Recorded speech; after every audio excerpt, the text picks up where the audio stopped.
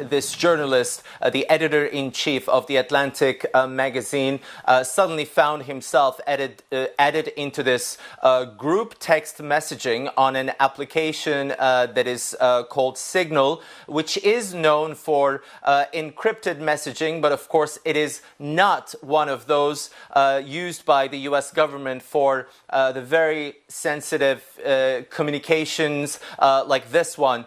We do know from the journalist's article that it was within 2 hours where he was added into this group and started receiving these messages about the US war plans in Yemen, that the US army soon after launched its attacks within a couple of hours, essentially carrying out airstrikes on the Houthi groups in Yemen. Now, of course, the most important reaction about this incident itself came from the White House itself, essentially confirming that it is true that the Defense Secretary Pete Hegseth did disclose this exchange did take place in this group messaging. And soon after, we have also heard from President Donald Trump himself when he was asked about this incident by some of the reporters. Let's take a listen. I don't know anything about it. I'm not a big fan of The Atlantic.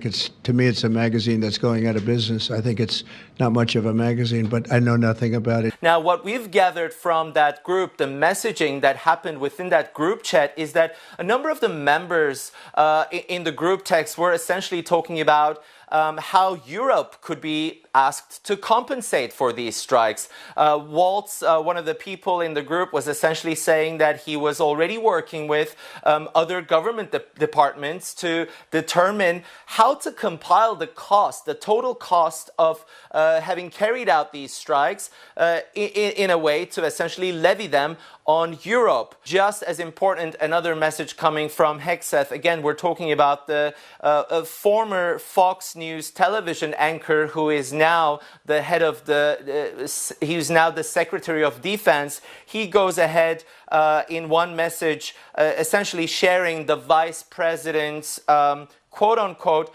loathing of European freeloading.